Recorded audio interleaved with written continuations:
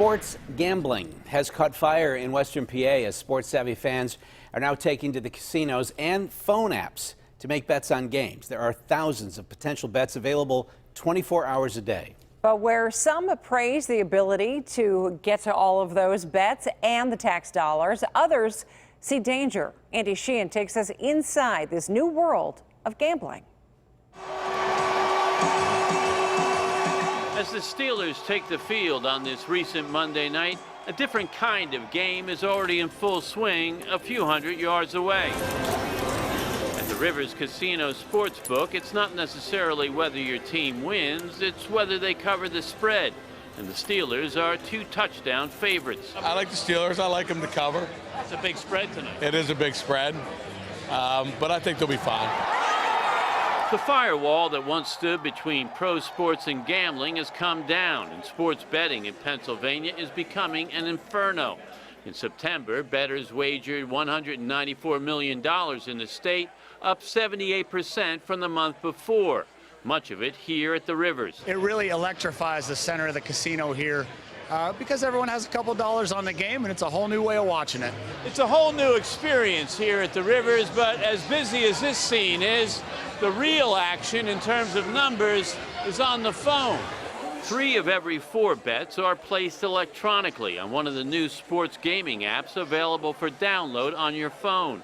Literally thousands of potential wagers right in your hand 24 hours a day, including in-game wagering, allowing you to bet on just about anything that happens on the field. Believe it or not, first downs or just whether fourth downs, if they go for it on fourth down, if it's 4th and 1, 4th and 2, take a real quick bet if I can. Here we go, Steelers, here we go. NFL rules prohibit teams from entering into sports betting related sponsorship, but that hasn't stopped wagering at the games themselves.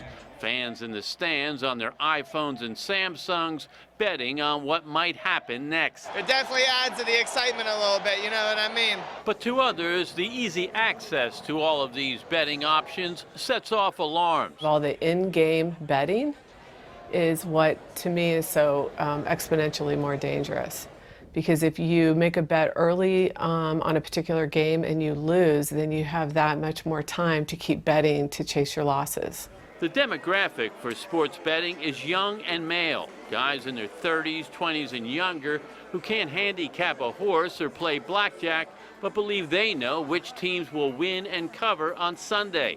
Addiction counselor Jody Bechtold says she's already seeing some new young clients who've already developed a closet compulsion. You think we'll see a whole new generation of gaming addicts here? We will. A problem that won't be seen under the mammoth flat-screen TVs and the betting kiosks. You won't see the guy sitting at home who did it on his phone, is having a tantrum, throwing his phone against the wall. But while the industry concedes that a small percentage, 2 to 3% of the population, will develop a gambling problem, Gary Rothstein of the website Penn Bets says those percentages hold true.